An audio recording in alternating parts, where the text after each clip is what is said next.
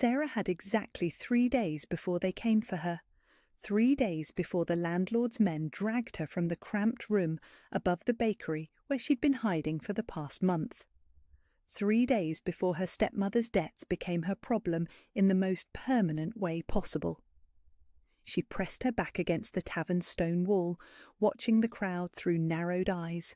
The Crimson Griffin was the kind of place where wealthy merchants came to conduct business away from prying eyes, where gold changed hands as easily as whispered secrets. It was also the kind of place where a desperate woman could find exactly what she needed, if she was brave enough to take it. The problem was, Sarah had never been particularly brave. She'd spent most of her 22 years keeping her head down, accepting whatever scraps of kindness the world threw her way. But desperation, she was learning, had a way of making cowards do impossible things. Her stepmother's voice echoed in her memory, sharp with malicious satisfaction. "You think you're too good for honest work? Well, here's your chance to prove it. 300 gold pieces, or find yourself somewhere else to be worthless." 300 gold pieces. It might as well have been 3,000. Sarah had never seen that much money in her entire life, let alone possessed it. But she'd heard the stories whispered among the serving girls, seen the knowing looks they exchanged when certain patrons walked through the door. She knew what men would pay for. She knew what she had to offer. The thought made something sick twist in her stomach, but the alternative was worse. Much worse. She straightened her shoulders, smoothed down the borrowed dress that hung loose on her too thin frame, and forced herself to move. Her target sat alone at a corner table, and he was exactly what she'd been looking for. Dark hair, expensive clothes, the kind of confident posture that spoke of real wealth, not the flash and bluster of new money, but the quiet assurance of someone who'd never had to worry about where his next meal was coming from. More importantly, he was alone. No guards, no companions, no one to witness her humiliation when he inevitably turned her down. Sarah had practiced this moment a dozen times in her head, but her legs still felt unsteady as she approached his table. He looked up as she drew near, and she nearly stumbled. His eyes were the deepest blue she'd ever seen, so dark they were almost black in the tavern's dim light. There was something about them that made her breath catch, something that whispered of danger and safety all at once. "My lord," she began, then immediately wanted to disappear into the floor. Her voice came out too quiet, too breathy. This was a mistake. This was the worst idea she'd ever had. But he was watching her with an intensity that made her skin burn, and there was no going back now. "I have a proposition for you," she said, forcing herself to meet those impossible eyes. "A business arrangement." One dark eyebrow rose slightly. "Oh?" The single word was spoken so quietly she almost didn't hear it, but there was something in his voice that made her shiver, something that sounded almost amused. "I need money," she said bluntly, abandoning any pretense of elegance. 300 gold pieces to be precise, and I'm willing to offer something in exchange." And what might that be? Heat flooded her cheeks, but she pressed on. "1 night, just 1 night, and then we never see each other again. No questions, no expectations beyond that. Just 1 night. The words hung between them like a sword about to fall. Sarah held her breath, waiting for him to laugh, to dismiss her, to call for the tavern keeper to have her thrown out. Instead, he leaned back in his chair and studied her with those devastating eyes. 1 night, he repeated slowly, as if testing the words. "You promise?" Something in his tone made her heart stutter, but she nodded. "I promise, just for 1 night." His lips curved into what might have been a smile, but there was something sharp about it, something that made her pulse quicken with equal parts fear and anticipation. "We'll see about that," he said softly. The way he said it sent heat racing down her spine. There was possession in those words, a dark promise that made her skin tingle with awareness. This wasn't going at all the way she'd planned. She'd expected negotiation, perhaps disgust, maybe even pity. She hadn't expected this quiet intensity, this sense that she'd just walked into something much larger than herself. "Do we have an agreement?" she asked, proud that her voice remained steady. Instead of answering immediately, he gestured to the empty chair across from him. "Sit." It wasn't a request. Sarah found herself moving before she'd consciously decided to obey, sinking into the chair and folding her hands in her lap to hide their trembling. "What's your name?" he asked. "Does it matter? This is just business." "Everything about you matters." The words were spoken with such quiet conviction that they stole her breath. "Your name." "Sarah," she whispered, and immediately regretted it. Names made things personal, and this couldn't be personal. This was survival, nothing more. "Yeah, Sarah," he repeated, and the way he said it made it sound like something precious. "Beautiful." She shook her head quickly. I'm not looking for pretty words, just an agreement." "And you'll have it." He reached into his coat and withdrew a leather pouch, setting it on the table between them with a soft clink of coins. 300 gold pieces as requested. Sarah stared at the pouch, hardly able to believe it. She'd expected negotiation, bargaining, perhaps even rejection. She hadn't expected him to simply agree, to produce the exact amount without question. "Just like that?" she asked. "Just like that?" His fingers drummed once against the table's surface. "With one condition." Her stomach dropped. Of course there was a condition. There was always a catch. "What kind of condition?" "You come with me now, tonight. No delays, no second thoughts."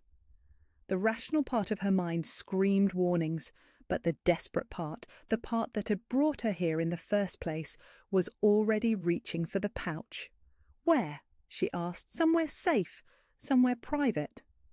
His gaze never left her face. "Somewhere we won't be disturbed." Every instinct she possessed told her this was dangerous, that she was walking into something she didn't understand. But 300 gold pieces sat on the table between them, and she was out of choices. "All right," she said quietly, "but you understand. After tonight, this is finished. We go our separate ways and never speak of this again." That strange, sharp smile returned. "Of course. After all, you promised it was just for one night." He stood and offered her his arm, the gesture so naturally courteous that she found herself accepting it before she could think better of the decision. His hand was warm through her sleeve, solid and reassuring, in a way that made no sense given the circumstances. As they moved toward the tavern's exit, Sarah caught sight of their reflection in a polished mirror hanging near the door. They looked like any other wealthy patron and his companion, nothing to suggest the sordid nature of their arrangement, nothing to hint that she'd just sold herself to a stranger for enough gold to save her worthless life. The cool night air hit her face as they stepped outside, and reality crashed over her like a wave. What was she doing? She didn't know this man's name, didn't know anything about him beyond his expensive clothes and those impossible eyes. For all she knew, she was walking to her death. But it was too late for second thoughts, too late for anything except seeing this through to whatever end awaited her. "Ready?" he asked, and there was something almost gentle in his voice now. Sarah nodded, not trusting herself to speak. She wasn't ready, would never be ready for what came next. But ready or not, her fate was sealed. One night, just one night, and then freedom. If only she could shake the feeling that this mysterious stranger had no intention of letting her go. The manor house that rose before them in the darkness was nothing like what Sarah had expected. 3 stories of pale stone stretched toward the star-filled sky, with windows that gleamed like watching eyes in the moonlight. This wasn't the modest townhouse of a wealthy merchant. This was something else entirely, something that spoke of old power and older money. "This is where you live?" she asked, her voice smaller than she'd intended. "One of several places." His hand remained warm and steady at the small of her back as he guided her up the marble steps. "Does it matter?" "It shouldn't matter. Nothing about tonight should matter beyond the transaction they'd agreed upon. But as massive oak doors swung open at their approach, without him so much as touching them, Sarah felt something cold settle in her stomach.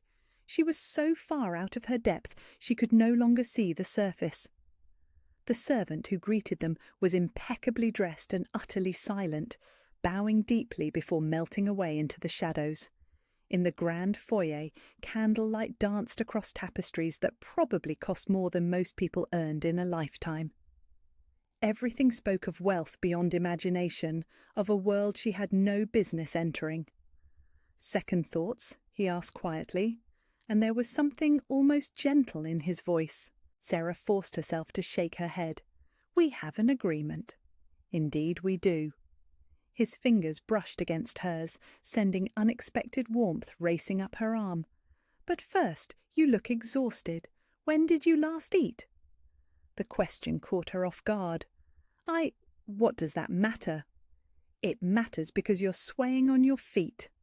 Before she could protest, his arm circled her waist, supporting her with effortless strength. "Come, food first." "That's not what I came here for," she said, but her treacherous body leaned into his warmth despite her words.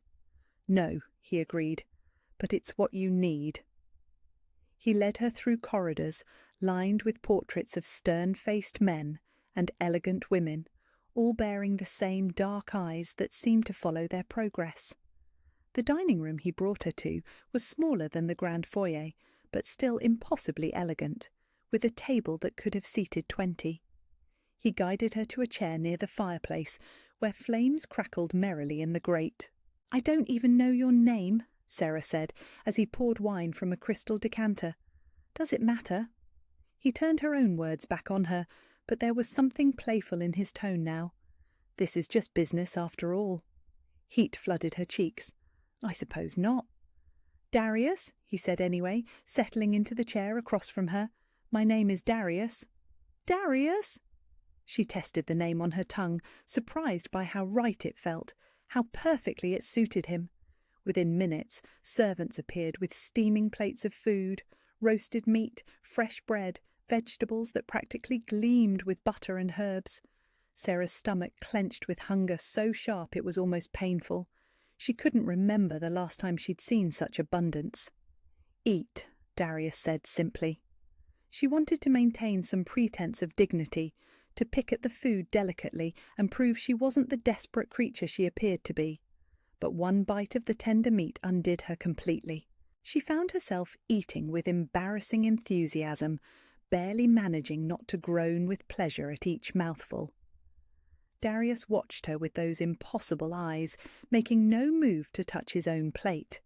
There was something almost predatory in his stillness, but not in a way that frightened her. More like a great cat watching something precious, something he intended to protect. "Better?" he asked when she finally slowed. "Much." She reached for her wine, grateful for something to do with her hands. "Thank you. That was unexpected." "What did you expect?" The question hung between them, loaded with implications that made her skin heat. What had she expected?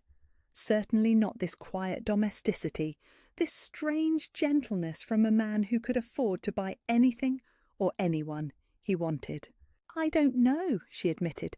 "Not kindness." Something flickered across his features, too quick to read. "You've had little enough of that in your life, haven't you?" The observation was so gentle, so perceptive, that it hit her like a physical blow. Sarah set down her wine with hands that trembled slightly, fighting the sudden burn of tears behind her eyes. "We're not here to discuss my life," she said carefully. "No," he agreed, "but perhaps we should discuss what we are here for." Her breath caught. Here it was, then, the moment she'd been dreading and anticipating in equal measure. But instead of the crude demands she'd expected, Darius simply leaned forward in his chair, studying her face with an intensity that made her feel exposed. "Tell me something," he said quietly. "Are you afraid of me?" The honest answer was yes. Not because she thought he would hurt her. Somehow, impossibly, she was certain he wouldn't. but because of the way he made her feel, the way her pulse quickened when he looked at her, the way her skin seemed to burn wherever his gaze lingered. "Should I be?" she asked instead. "Never." The word was spoken with such quiet conviction that she believed him completely. "I would never hurt you, Sarah, never." "You don't know me well enough to make that promise." "Don't I?" He rose from his chair and moved around the table, stopping just close enough that she could feel the heat radiating from his body. "I know you're brave enough to approach a stranger in a tavern when desperation drives you. I know you're proud enough to call it business instead of begging. I know you're strong enough to have survived whatever brought you to my table tonight." Each word sent warmth spreading through her chest, a dangerous recognition that made her want to lean into his voice like a flower turning toward the sun. "And I know," he continued, his hand coming up to cup her cheek with devastating gentleness, "that you're far more precious than you believe yourself to be." The touch of his fingers against her skin sent fire racing through her veins. She should pull away, should remind him that this was a transaction, nothing more. Instead, she found herself leaning into his palm, her eyes fluttering closed at the simple contact. "This isn't what I expected," she whispered. "What did you expect?" "Something colder, more impersonal." His thumb brushed across her cheekbone in a caress so gentle it made her heart ache. "There's nothing impersonal about this, Sarah. Nothing cold about the way you make me feel." Her eyes snapped open to find him watching her with an expression that stole her breath. There was heat there, yes, but also something deeper, something that looked almost like reverence. "I should go," she said, but made no move to pull away. "Should you?" His other hand came up to frame her face, and she felt completely surrounded by his warmth, his strength, his impossible gentleness. "We have an agreement, remember? One night. This doesn't feel like what we agreed to." "No," he said softly. "It feels like something much more dangerous than that." The admission hung between them, honest and terrifying and utterly true. This was supposed to be simple. A transaction, a means to an end. It wasn't supposed to feel like stepping off the edge of a cliff with no idea where she might land. "Darius," she breathed, his name a question and a plea all at once. "I know," he murmured, his forehead coming to rest against hers. "I know, sweetheart. This isn't what either of us planned." The endearment sent warmth blooming through her chest, dangerous and sweet and utterly unexpected. When had anyone ever called her sweetheart? When had anyone ever looked at her like she mattered? "What happens now?" she asked. "Now," he said, his lips curving into that smile that made her pulse stutter, "we see where this night takes us. No expectations, no demands, just us." As if to prove his point, he stepped back, putting space between them that felt like a physical loss. "There's a library if you'd prefer to talk, or a garden if you need air, or I could show you to a room where you could rest, alone, if that's what you want." The offer was so unexpectedly considerate that it nearly undid her completely. Here was a man who could take anything he wanted from her, had paid handsomely for the right to do exactly that, and he was offering her choice, offering her safety. "I don't want to be alone," she admitted quietly. The smile that spread across his features was like sunrise after the longest night. "Good," he said simply. "Neither do I." As he offered her his arm again, Sarah felt something shift between them. The desperate transaction that had brought her here was transforming into something else entirely. Something that felt far more dangerous than anything she'd agreed to in that tavern. One night, she'd promised. Just one night. But as Darius led her deeper into his magnificent house, she couldn't shake the feeling that one night would never be enough. Dawn crept through the silk curtains like an unwelcome intruder, painting everything in shades of gold and regret. Sarah lay perfectly still in the massive bed, hyper-aware of the warm body beside her and the way her heart hammered against her ribs with each steady breath he took. One night. That's what she'd promised. One night.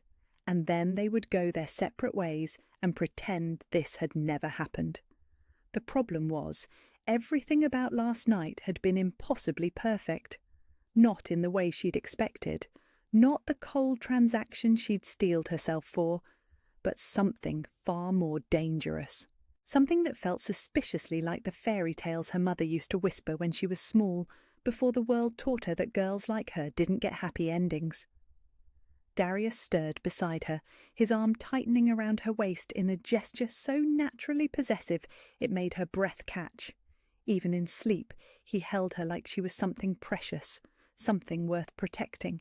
She needed to leave.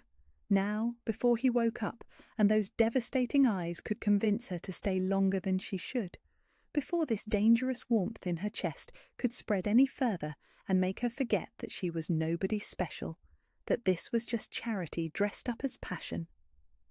Carefully, she eased out from under his arm and slipped from the bed, gathering her clothes in the pre-dawn silence.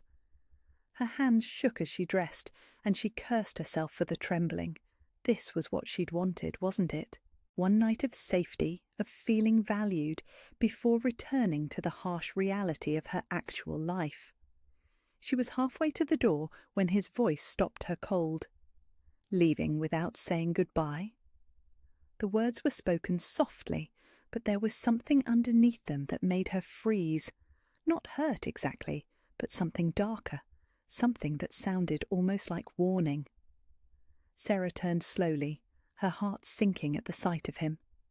He sat up in bed with predatory grace, the morning light painting shadows across the planes of his chest. His hair was mussed from sleep, but his eyes were completely alert, completely focused on her. "Our agreement was for one night," she said carefully. "The night is over." "Is it?" He rose from the bed with fluid motion that reminded her of a great cat, utterly unconscious of his nudity. "The sun has barely risen. Surely we have a few hours yet." "Darius, please." She backed toward the door, fighting the urge to flee. "Don't make this harder than it has to be." "Harder?" He moved closer, and she could see something dangerous flickering in those dark eyes. "You think I'm going to let you walk away? Just like that?" "You have to." Panic crept into her voice despite her efforts to stay calm. "We agreed, one night. We agreed to many things last night."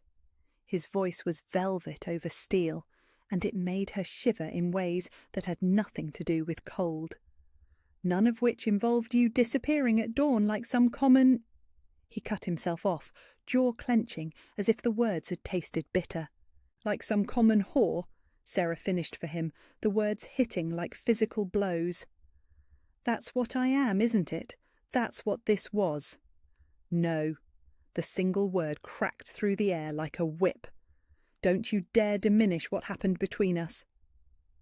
"What happened between us was business," she said desperately, even as her heart screamed that it was a lie. Nothing more. Before she could react, he was across the room, his hands framing her face with the same devastating gentleness he'd shown the night before. But there was something different in his touch now, something that felt like desperation. "Look at me," he commanded softly. "Look at me and tell me last night felt like business to you." She tried to look away, but his thumb brushed across her lower lip and her eyes fluttered closed involuntarily. "It doesn't matter how it felt. It's the only thing that matters." A sharp knock at the door shattered the moment like glass. Darius went utterly still, his hands dropping away from her face as his expression shifted into something she'd never seen before, something cold and dangerous, and absolutely terrifying. "My lord?" The voice beyond the door was tight with urgency. "Forgive the intrusion, but there's been a development. The council requires your immediate attention." Sarah watched in fascination and growing alarm as Darius transformed before her eyes. The gentle lover disappeared, replaced by someone who radiated command and barely leashed power. "Tell them I'll be down presently," he said, his voice carrying an authority that made her skin prickle with awareness. "Yes, Your Grace." Your Grace. The words echoed in Sarah's mind like a death knell. Not my lord, as she'd first thought, but your grace. The title reserved for only the highest nobility, for dukes, for princes, for kings. Her blood turned to ice in her veins as pieces clicked into place, the manner that was one of several. The servants who bowed so deeply they nearly prostrated themselves, the portraits in the hallways with those same dark eyes. "Who are you?" she whispered, though part of her already knew. Part of her had known from the moment he'd looked at her in that tavern with eyes that held the weight of kingdoms. Darius, if that was even his real name, turned back to her with an expression that was equal parts regret and resignation.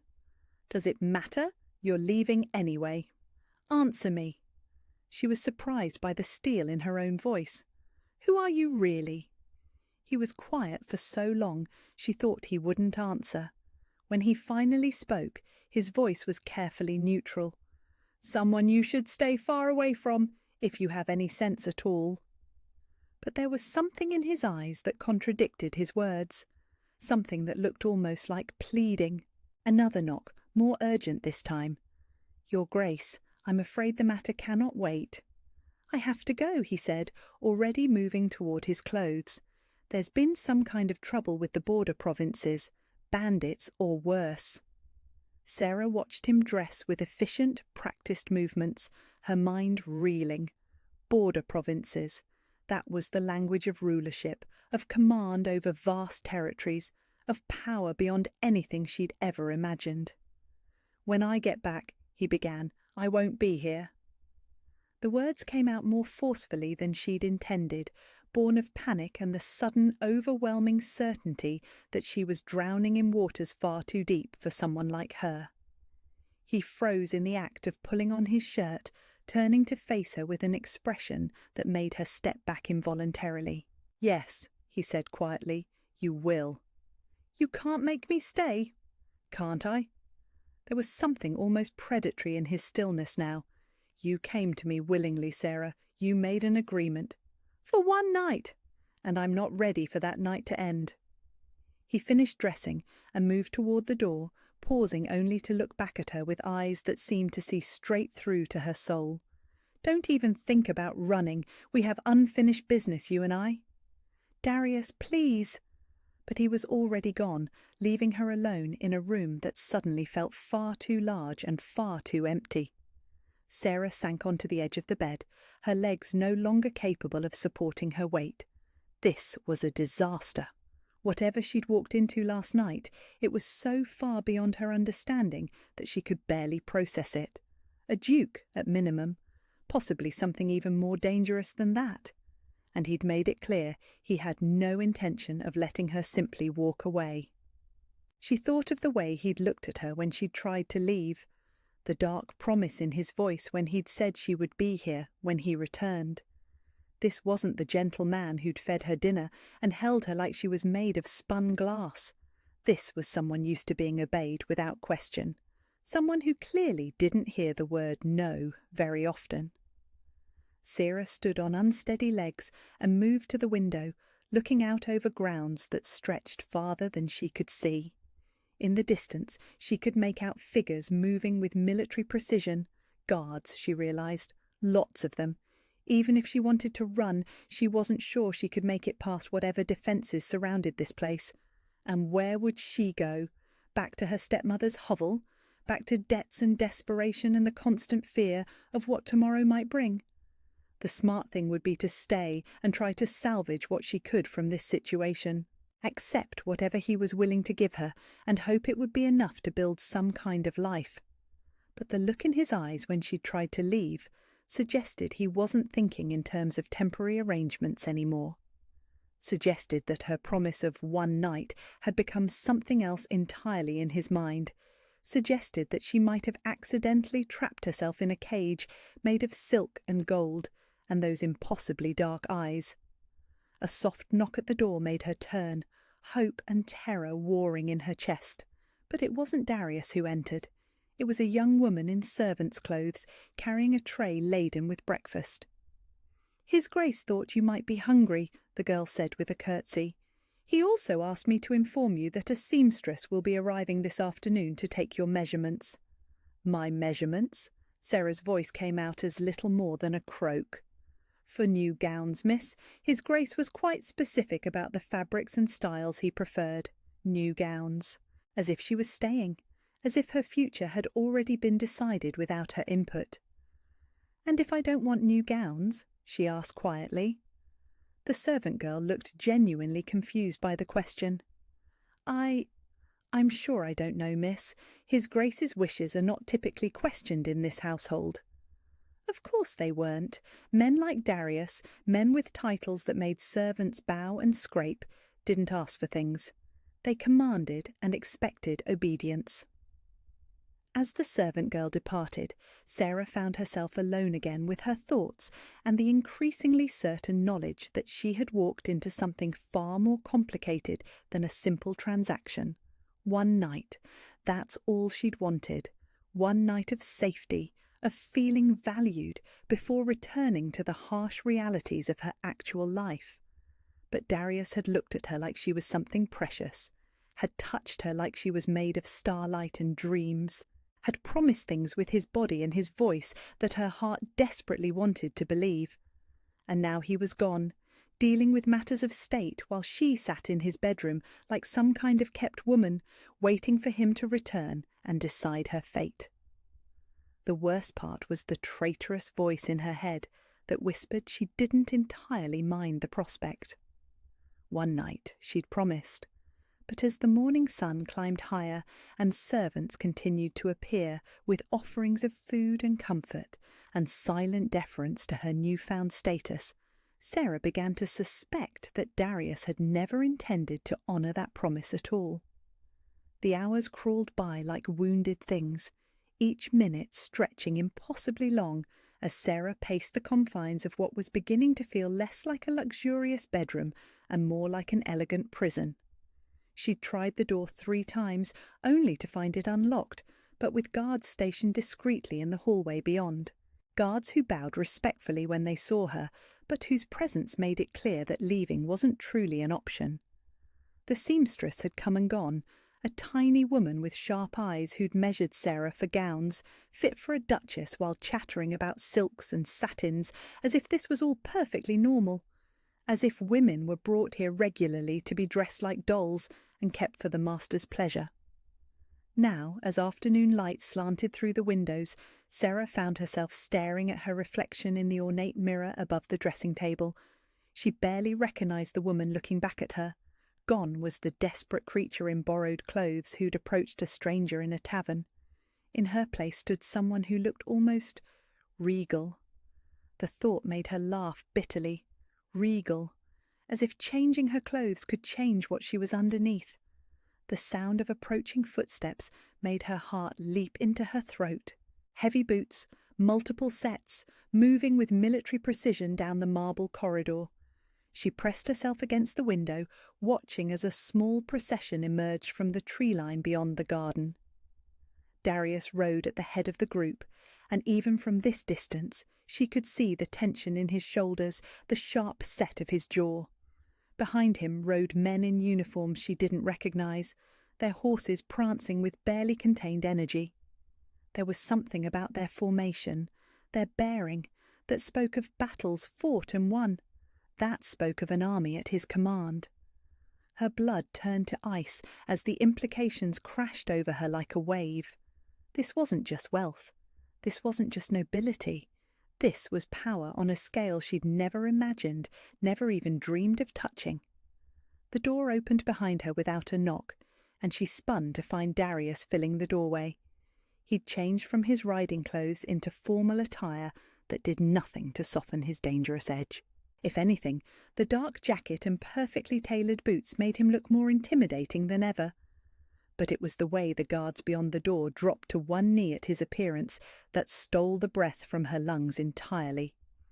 "Your Majesty," one of them said, voice tight with respect and barely concealed fear. Majesty. The word hit Sarah like a physical blow, stealing what little equilibrium she'd managed to maintain. She gripped the window frame behind her, needing something solid to keep her upright as the room seemed to tilt around her. Darius dismissed the guards with a gesture, his eyes never leaving her face. When the door closed behind him, the silence stretched between them like a blade about to fall. "You're the king," she whispered, the words feeling foreign on her tongue. Impossible. "You're actually the king." Among other things. He moved into the room with that predatory grace she'd noticed from the beginning, but now it carried the weight of absolute authority. "Does it change anything?" "Does it change?" She stared at him in disbelief. "Of course it changes everything. I propositioned the king. I offered to sleep with the king for money." "You offered to sleep with a man you found attractive for reasons that had nothing to do with greed." His voice was calm, reasonable, as if they were discussing the weather instead of treason. "The fact that I happen to wear a crown doesn't alter what passed between us. Doesn't alter—" She pressed her hands to her temples, feeling the beginnings of hysteria clawing at her chest. "I could be executed for this, touching royalty without permission, offering services to the crown. Gods, they'll hang me. No one will touch you." The words were spoken with such quiet certainty that they cut through her panic like a knife. "Ever, for any reason." "You can't know that." "I can." He was across the room now, close enough that she could see the gold flecks in those devastating dark eyes. "Because I am the law in this kingdom, because my word is absolute, and because I have just declared you under my personal protection." The calm way he said it, as if reshaping reality was as simple as speaking it into existence, sent a shiver down her spine that had nothing to do with fear. "Why?" The word came out smaller than she'd intended. "Why would you protect someone like me? Someone like you?" He repeated the phrase with distaste, as if it left a bitter taste in his mouth. "Do you know what I see when I look at you, Sarah?" She shook her head mutely, not trusting her voice. "I see a woman brave enough to approach the most dangerous man in the kingdom when desperation drove her to it. I see someone who kept her dignity even when she thought she was selling herself. I see fire and strength and a beauty that has nothing to do with the way you look and everything to do with who you are." Each word hit her like a caress, warm and devastating and utterly impossible to believe. "You see what you want to see," she managed. "I'm nobody. I'm nothing." "You're everything." The words were spoken with such fierce conviction that they stole her breath. "You're mine."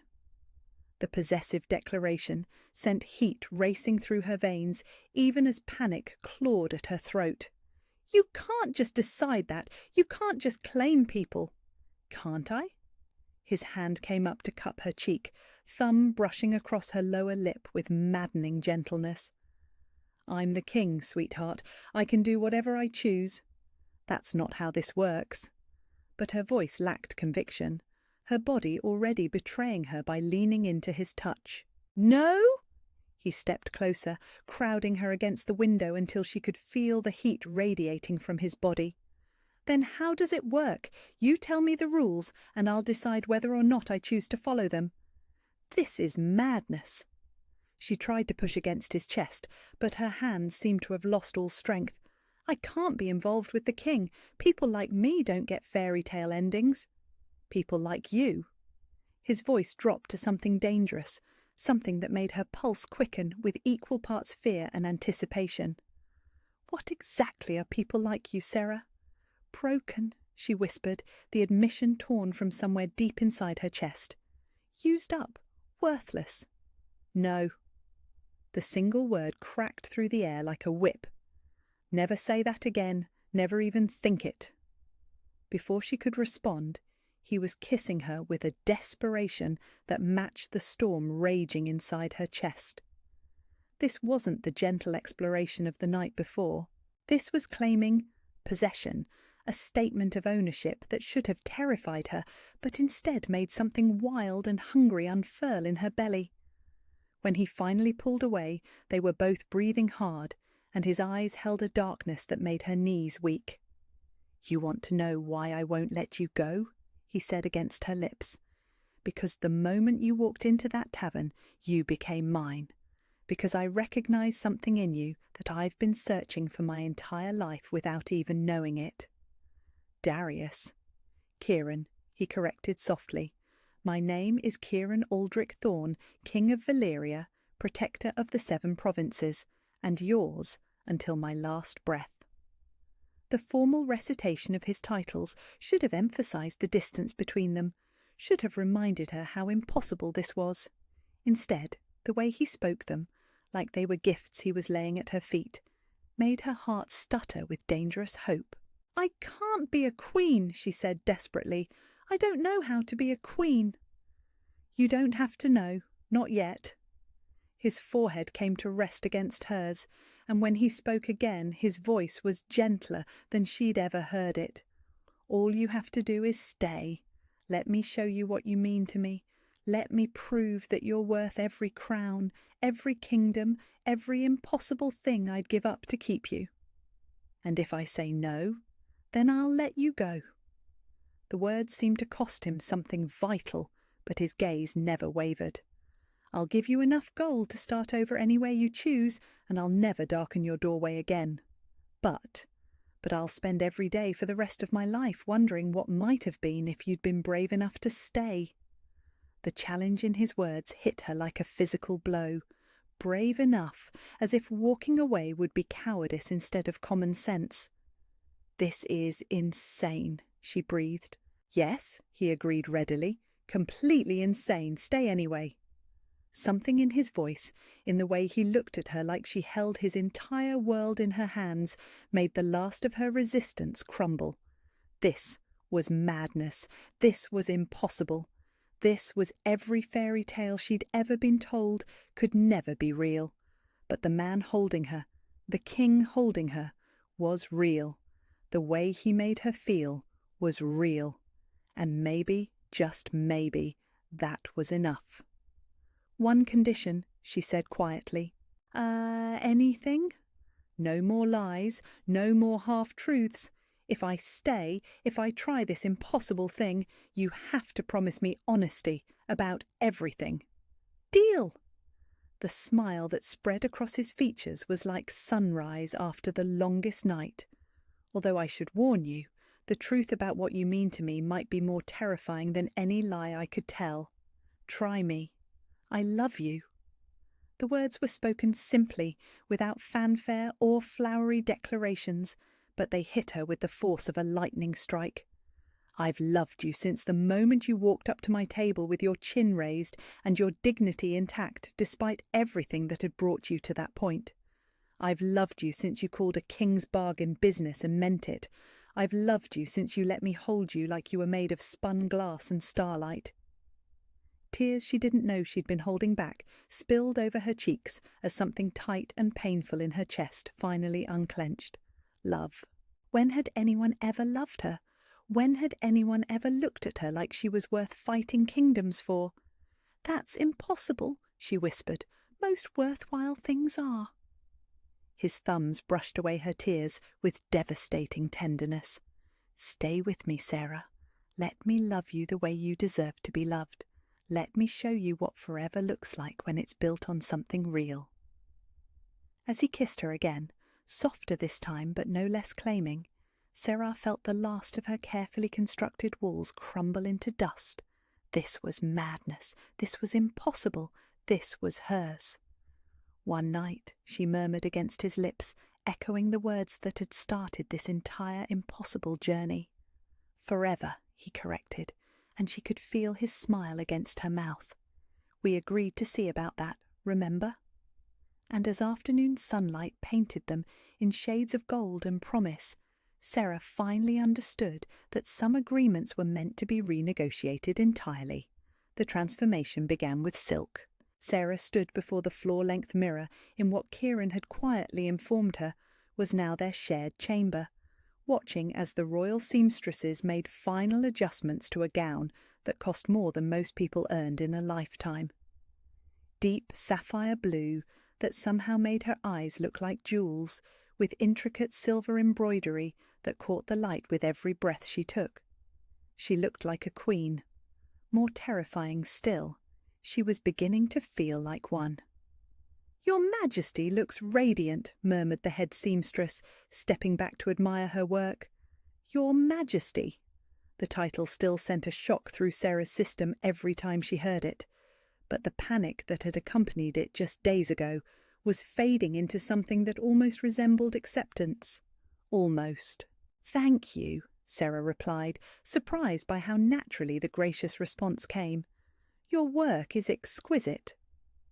The weeks since she'd agreed to stay had passed in a blur of lessons and fittings and quiet moments that felt too precious to be real. Kieran had been true to his word about honesty, perhaps more honest than she'd bargained for. He'd told her about the loneliness of the crown, about the weight of making decisions that affected thousands of lives, about the endless parade of potential brides who saw only his title and never the man beneath it. And she'd found herself sharing things in return. About her mother's death, about years of feeling invisible and worthless, about the crushing weight of believing she'd never be enough for anyone to truly want. "You're enough for me," he'd said one evening as they walked through the moonlit gardens, his fingers intertwined with hers like they belonged there. "You've always been enough." The memory sent warmth spreading through her chest as the seamstresses packed up their supplies and departed with deep curtsies. Sarah remained before the mirror, still hardly able to believe the reflection staring back at her. A soft knock interrupted her thoughts, and she turned to find Kieran leaning against the doorframe, his dark eyes drinking in the sight of her with an intensity that made her pulse quicken. "Breathtaking," he said softly, and the word held such reverence that it made her cheeks heat. "It's just a dress." "No," he said, crossing the room to stand behind her, his hands settling on her waist with possessive tenderness. "It's you. It's always been you." In the mirror they looked like something from a fairy tale. The Dark King and his chosen queen, all sharp edges and soft curves, power and vulnerability wrapped around each other until it was impossible to tell where one ended and the other began. "The council meeting went well?" she asked, leaning back into his warmth. "Better than expected." His lips brushed against her temple, sending shivers down her spine. "Lord Harrington had some concerns about the unconventional nature of our union, but those concerns have been addressed." Something in his tone made her turn in his arms, studying his face with growing alarm. "What kind of addressing?" "The diplomatic kind," he said with a smile that didn't quite reach his eyes. "He's decided that a royal wedding is exactly what the kingdom needs to boost morale." And if he hadn't decided that? Then he would have been reassigned to a position more suited to his talents, perhaps guarding the northern borders, in winter. The casual way he mentioned reshaping someone's entire life sent a thrill through her that she probably shouldn't enjoy as much as she did. This was power beyond anything she'd ever imagined, and it was being wielded on her behalf. "You can't just threaten people who disagree with you," she said, but there was no real conviction in her voice. "I didn't threaten anyone." His hands tightened on her waist, and there was something deliciously dark in his voice. "I simply reminded the council that questioning their king's choice of bride could be interpreted as questioning the crown itself, and that such questioning might indicate a lack of loyalty that could prove problematic." "Kieran." He apologised, he continued, pressing a kiss to the sensitive spot behind her ear that made her knees weak, "quite sincerely, and promised his full support for our upcoming nuptials." "Our upcoming—" She spun to face him fully, heart hammering against her ribs. "You didn't tell me we were getting married." "I'm telling you now." His smile was pure male satisfaction, as if he'd been waiting for exactly this moment. "Tomorrow, in fact. The entire kingdom will bear witness to the moment I make you mine in every way that matters." "Tomorrow?" The word came out as little more than a squeak. "Kieran, I can't possibly be ready for a royal wedding by tomorrow." "You're ready now." His hands cupped her face with devastating gentleness, thumbs brushing across her cheekbones as if she were made of spun glass. You've been ready since the moment you walked into that tavern and changed my entire world."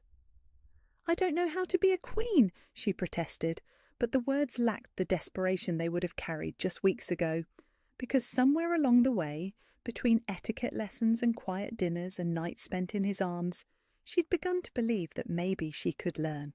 "You already are one." He kissed her forehead, her cheeks, the corner of her mouth with achingly sweet reverence.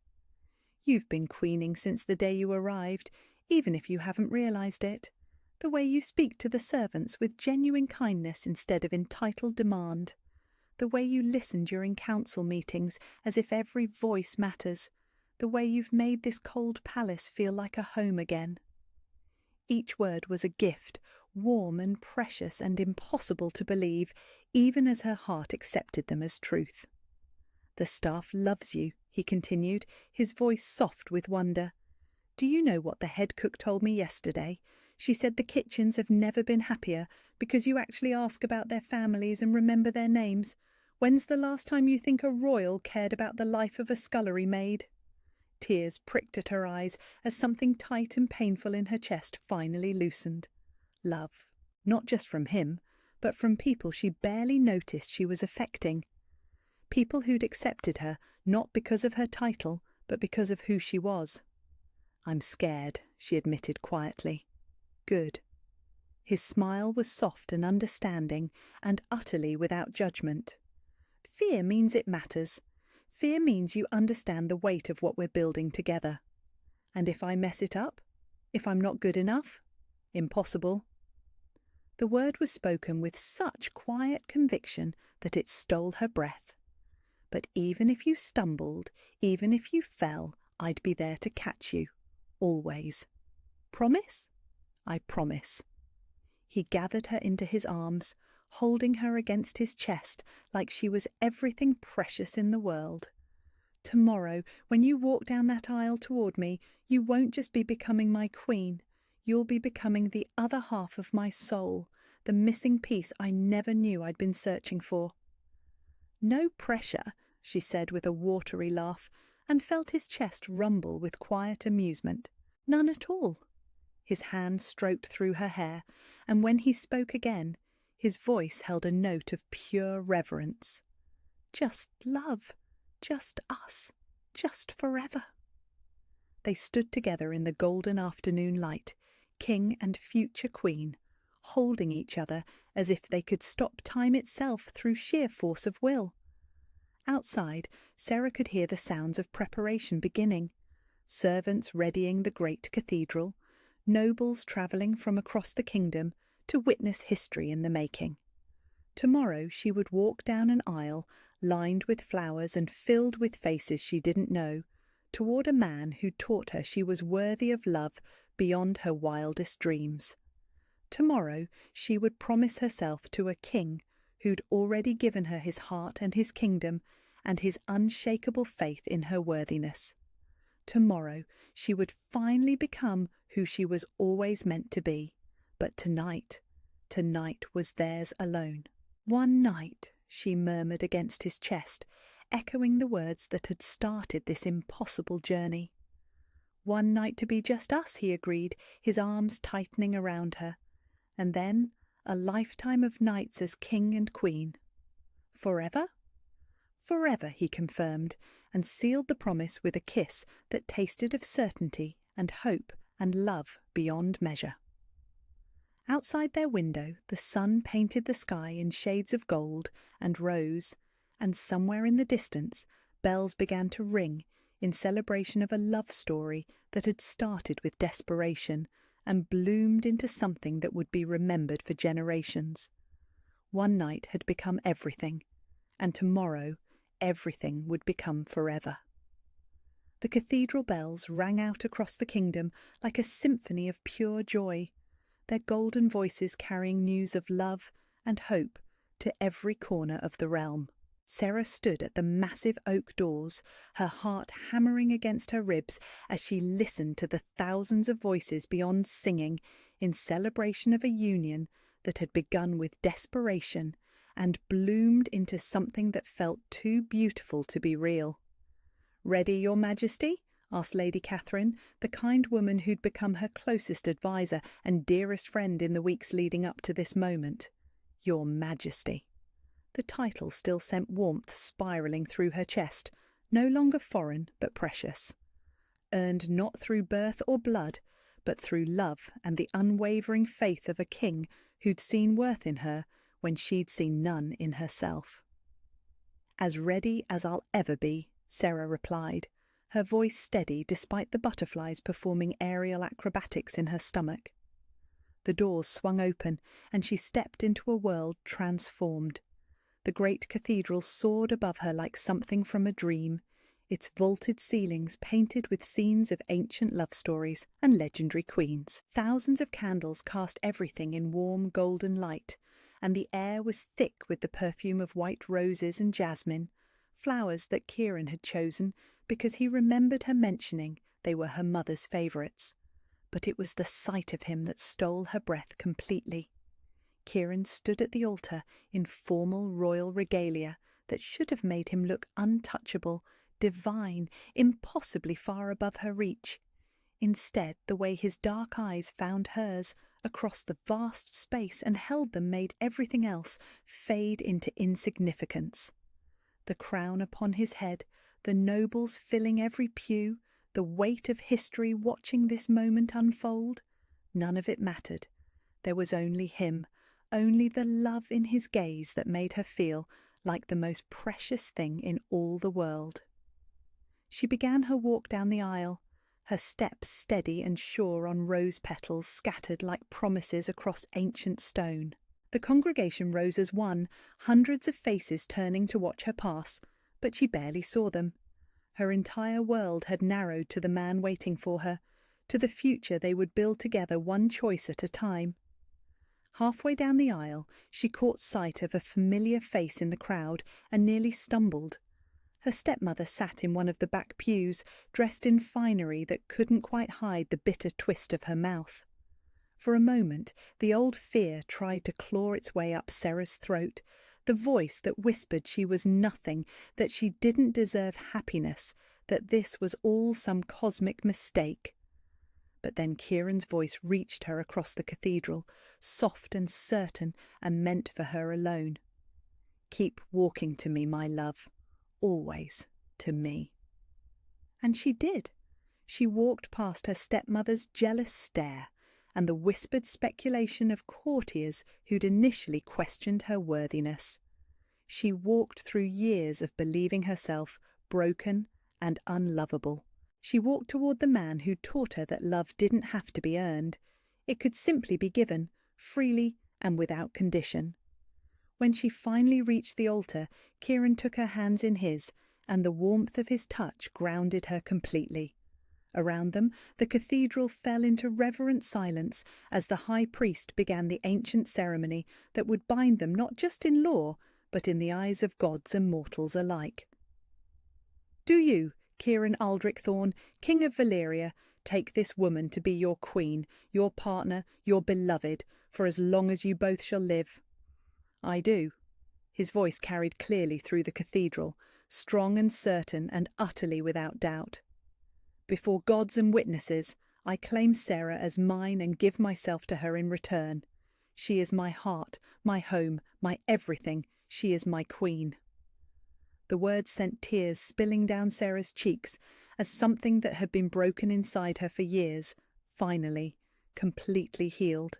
"And do you, Sarah, take this man to be your king, your partner, your beloved, for as long as you both shall live?"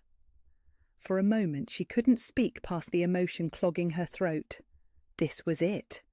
The moment that would change everything, that would transform the desperate woman who'd approached a stranger in a tavern into something she'd never dared dream she could become. "I do," she said, her voice ringing clear and true through the sacred space. "I choose you, Kieran. I choose this love, this life, this impossible future we're building together. Always." Then, by the power vested in me by the crown and the gods themselves, I pronounce you husband and wife, king and queen, bound together for all time.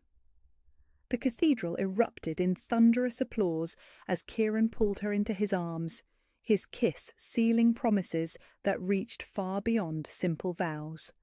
This was claiming possession, the joining of two souls who'd found their perfect match in the most unexpected place. When they finally broke apart, both breathless and glowing with joy, the cheers of their people washed over them like a benediction. "My queen," Kieran murmured against her forehead, the title a caress that sent warmth flooding through her entire body. "My king," she replied, and felt him shiver at the words. The celebration that followed was a blur of music and dancing and endless streams of nobles offering their congratulations to the royal couple.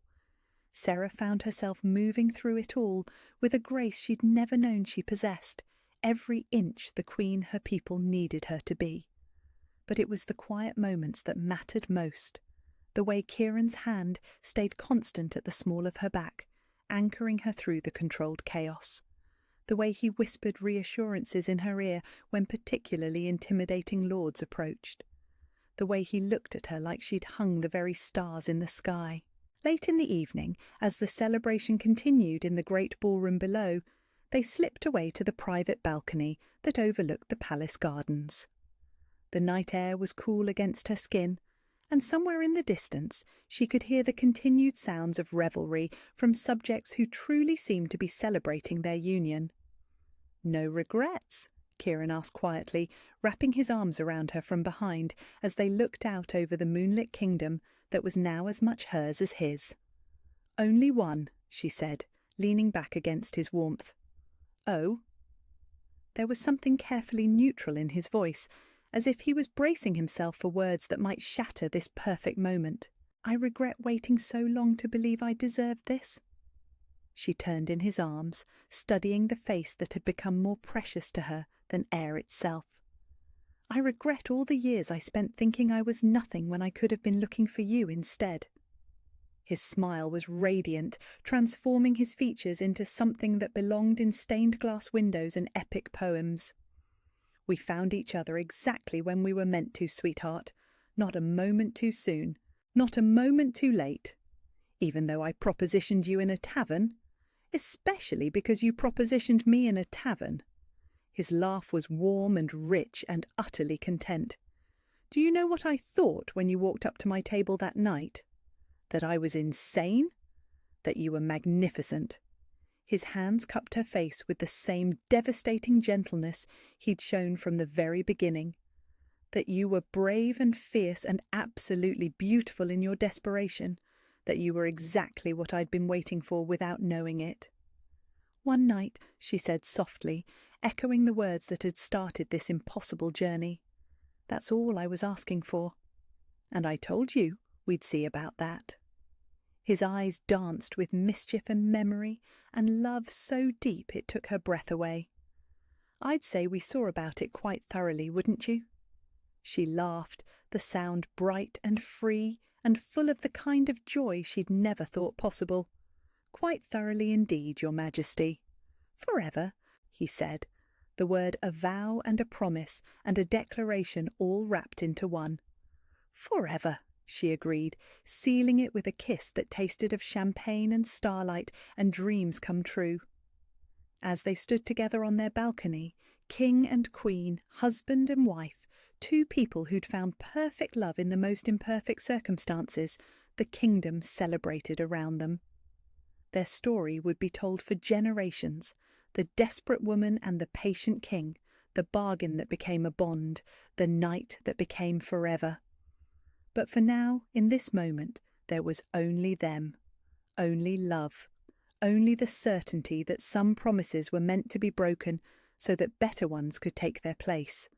One night had become everything, and everything would last forever. Below them, the celebration continued, but they barely heard it. They were too busy writing the first chapter of their own happily ever after. One kiss, one promise, one impossible moment of perfect love at a time. Before we continue, please take 2 seconds to like this video if you're enjoying this royal love story. Where are you listening from? Let's meet in the comments and share what part of Sarah and Kieran's journey touched your heart the most.